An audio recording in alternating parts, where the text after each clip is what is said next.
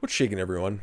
Yesterday there were some tapes that were dropped by a former friend of Melania Trump and accusing her, well, at least the mainstream media is accusing her of not caring about separated children at the border or Christmas or slamming the liberal slant of the media, which everybody realizes is completely true. Well, everybody who takes the time to do a simple Google search will be able to parse through for themselves.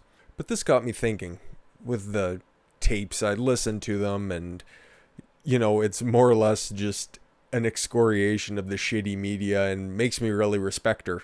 Like, honestly, she should be venerated as easily the most attractive first lady. You could argue Jackie O, but whatever. That's totally up to personal taste, I suppose. But whenever Melania is brought up in conversation in the mainstream media, it's always, oh, how she's, just kept off screen by Donald Trump because he's a controlling, egomaniacal philanderer who would only have her just being at home, cowering in a corner, or how they like to drag the first family at every single opportunity. Never before, and I can remember this fairly clearly, I can go all the way back to the Clinton administration. No first family has ever been dragged to the extent that the Trumps have. Now, fair enough, Ivanka's at least adjacent to the White House in a advisory role. Same with Don Jr., but Eric Trump gets dragged as looking like a retard. Same with Tiffany. And the only ones that get talked about glowingly are the ones that rat on the president or their immediate family. So that's what we're going to do in this video here. We're going to go through these Melania tapes, which really make me respect her a whole hell of a lot more. Take a look at what has happened to the rest of the family, and then wrap it up with everybody's favorite windbag who is totally misrepresenting what's happening with the first couple in regards to their coronavirus diagnosis. But first and foremost, I'd just like to thank everybody for taking the time on trying out a new channel, and I really appreciate everybody who's sticking around watching these videos. It's been a great joy to do this every single day and parse through the shitty media that's out there right now and delineate what we've been told from what's actually the truth. And that's what we're attempting to do on this channel. And if you have any story out there in regards to sports, fitness, the news, feel free to just drop it in that comment section down below. Or if you want to discuss this further, what do you think about these Melania tapes, or how do you think the first family's been scrutinized in comparison to families previous? Definitely open to continue this conversation outside the confines of this video. And while you're down there, if you don't mind hitting that subscribe button, or just doing something so simple as just dropping a like on it, because that helps the channel grow, get out there, reach more people. And that's what we're trying to do here, create another community where we can discuss the truth and hopefully have a few laughs, because everything that you see in the media is definitely worth laughing at. So I've got this Refinery 29 article pulled up. It is the most hilarious take on what I've seen with these Melania tapes recently. So we're going to go through their diagnosis of it. Melania Trump doesn't care about Christmas, child separation, or the media. Do you? In newly released recordings, First Lady Melania Trump can be heard in conversation with then-confidant, former friend, and current weasel, Stephanie Winston Wolkoff, talking about everything from hating Christmas decorations, not true, to the family separation crisis at the U.S.-Mexican border, started by and expanded on by the Barack Obama administration. Not only does Melania suggest that migrant children were detained at the border are being treated well, and that migrant families fabricate the truth in order to get asylum, but also complained about unfair treatment from the press on the topic and mocked the public's reaction to the infamous "I really don't care, do you" jacket she wore after visiting detention camps. Now, this book peddling bitch got fired and she also received $26 million in compensation after she outlived her usefulness being a decorator, most prominently for the Trump inauguration in 2017. And is, of course, like most other slandering assholes, releasing a book entitled Melania and Me about her friendship with the First Lady. Because I know all my close friends like to wear wires and record all of our conversations in order to peddle them out for a flash-in-the-pan 15 minutes of fame book, but I'm not nearly as popular as the First Family, so I don't know, maybe things change once you reach the apex of society. Who knows? Let's continue into what actually the tapes had to say. So here's a part of what was said about the border crisis when they went down to South Texas to the Mexican border to visit one of the detention camps. The kids, they say, wow, I will have my own bed, I will sleep on a bed, I will have a cabinet for my clothes. It's so sad to hear it, but they didn't have that in their own countries. They sleep on the floor, she said. They are taken care of nicely there, yeah, they are not with parents, it's sad.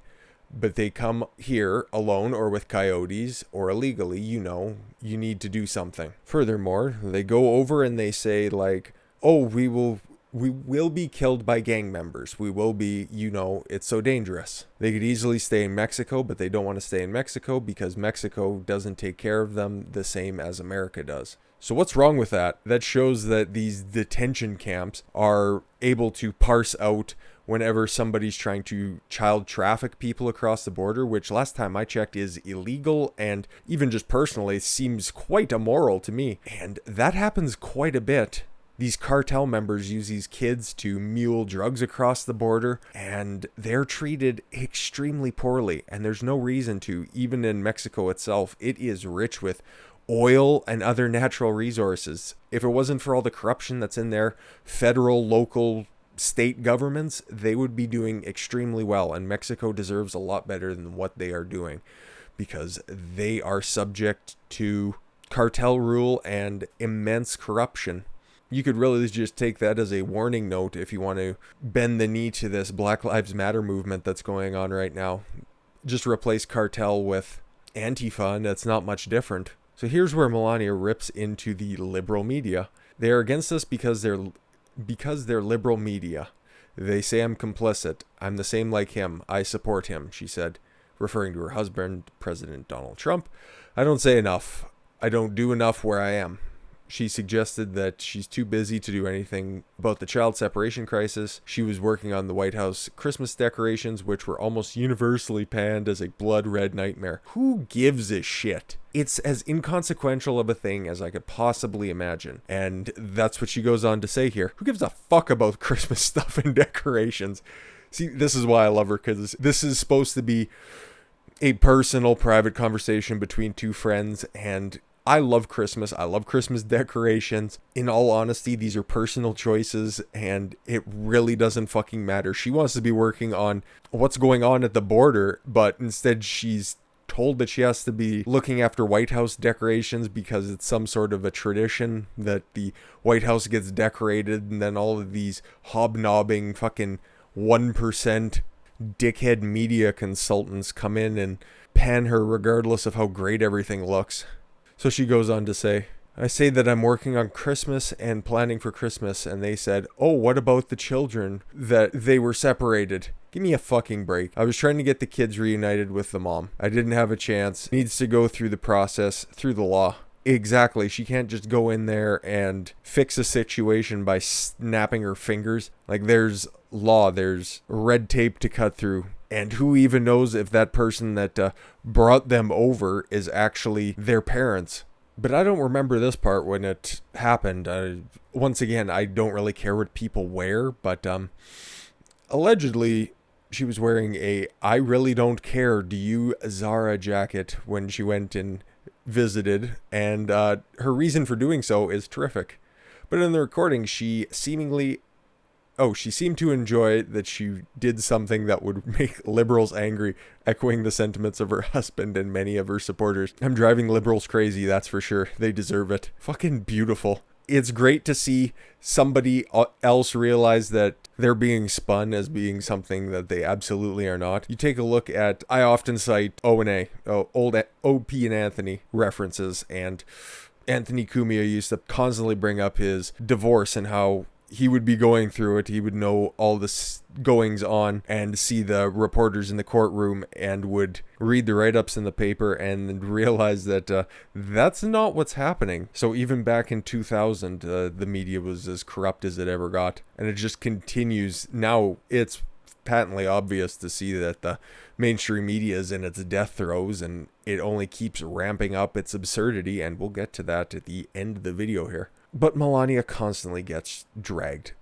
The Christmas decorations aren't good enough. The rose garden looks like some Nazi abomination. She doesn't say enough. She says too much. She can't speak English. She doesn't speak English well enough. Why isn't she out more? You get the point. Nothing she ever does is good enough. Compare and contrast that with Michelle Obama. If you said anything short of she was the most beautiful, glowing example of a first lady that we've ever seen in our entire life, and to say the otherwise would be racist, misogynist, and sexist. Even though if I was being fair, if she could run a 440, she'd be able to help the Ravens as a fourth outside linebacker because the bitch is huge. And I can say that because I have a set of eyes. She's a good-looking woman, but she's not on the same plane as Melania, and that's my opinion, and fuck you, whatever. But the media's criticism, more or less slander, doesn't lay exclusively at the feet of Melania. It also extends to the rest of the family.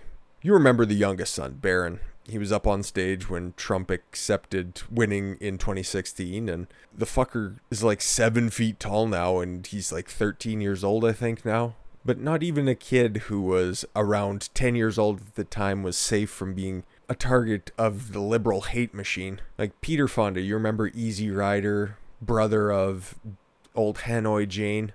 He had to apologize for a tweet that he made. Now, I could find more recent examples, but this one was just especially egregious. Out of work, Peter said we should rip Barron Trump from his mother's arms and put him in a cage with pedophiles and see if his mother will stand up against the giant asshole she is married to. 90 million people in the streets on the same weekend in the country. Fuck. Fonda wrote in a tweet which has since been deleted. Well, he still made it. And there are countless other examples of how he was looking autistic on stage in 2016.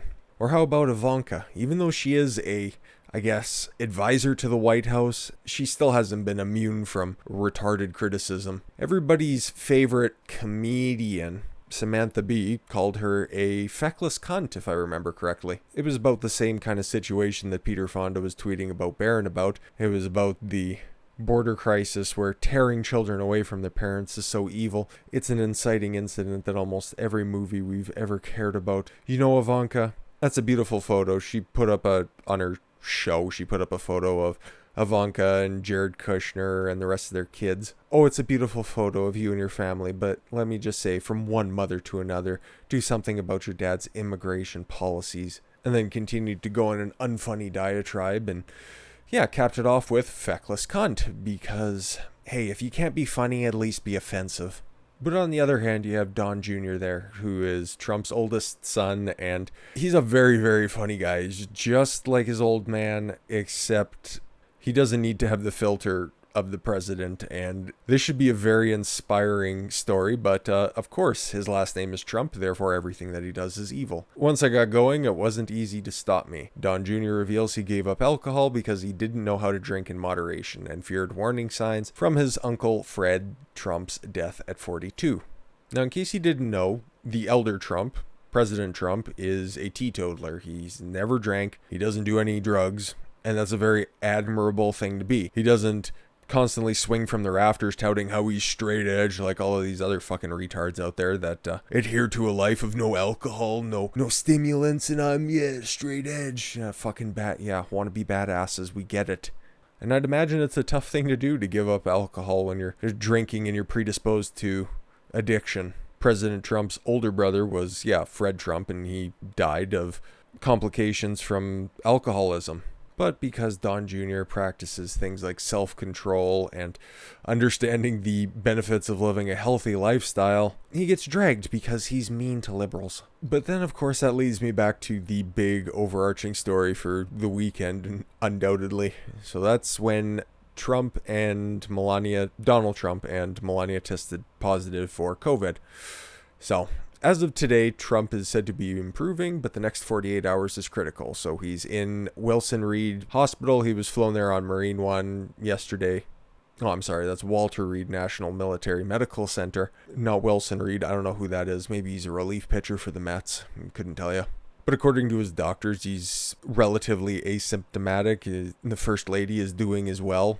and things seem to be under control, which is great news. Absolutely. Whether or not you agree with President Trump, you should understand that it's important for the president to be healthy and have a successful term. You don't want him to crash and burn. Unless, of course, you're Bill Maher and you'd want for him to tank the economy in order for him to leave office because you're completely insane. And speaking of absolute insanity, take a look at all of the different conspiracy theories out right now. There are ones like Trump is faking COVID in order to emerge 2 weeks later saying that he beat the virus and it's not as bad as people claim. Or he's going to be taking hydroxychloroquine in order to prove that it is in fact a miracle cure, even though he's not taking hydroxychloroquine at all. Or this was staged in order for him to miss the next set of debates, but that would imply that he lost the first set of debates and needed to miss out on the next one.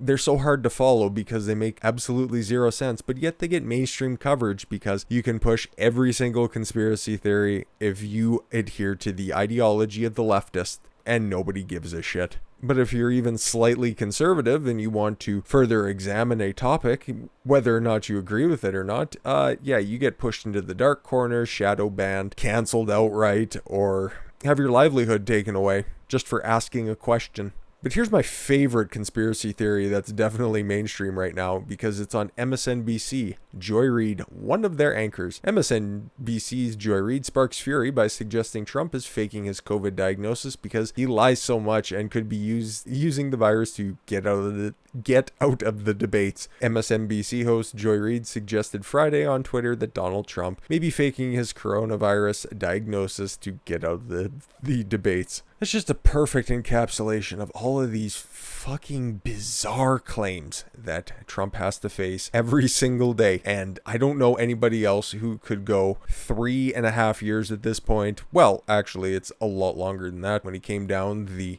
escalator at Trump Tower in 2015 saying that he was going to run as a Republican for president. Every day before that, Trump was just a goofy businessman and reality TV host, but he became Hitler the moment he descended down the escalator, right? At least that's what we're supposed to believe. But yesterday, a rather prolific White House correspondent was trending on Twitter. Now, just because somebody's trending on Twitter doesn't mean that it's anything significant, but it's everybody's favorite asshole, Jim Acosta. Or should I say, Abilio Acosta. Geez, if CNN is such a progressive outlet, you should at least go by your actual first name there, Jimmy. And that would sure ingratiate you to the public a little bit more. Even though all of Trump's doctors were saying that his condition has been getting better, that realistically his symptoms are very low grade, but Jim Acosta took to Twitter just to announce that he has a source close to the medical team saying that he's very, very tired and that he has a skyrocketing fever and he's needing oxygen and every other wild thing that you can possibly think of. But he has a source, so that means it's true. But this asshole has a long history of being a absolute alarmist. He's that dickhead who's always trying to get attention for himself. He was one of the first people that was specifically pointed out, even before Trump was inaugurated in 2017, and specifically pointed out as, "You are fake news." He also temporarily had his, very, very, very temporarily had his White House press credentials revoked, but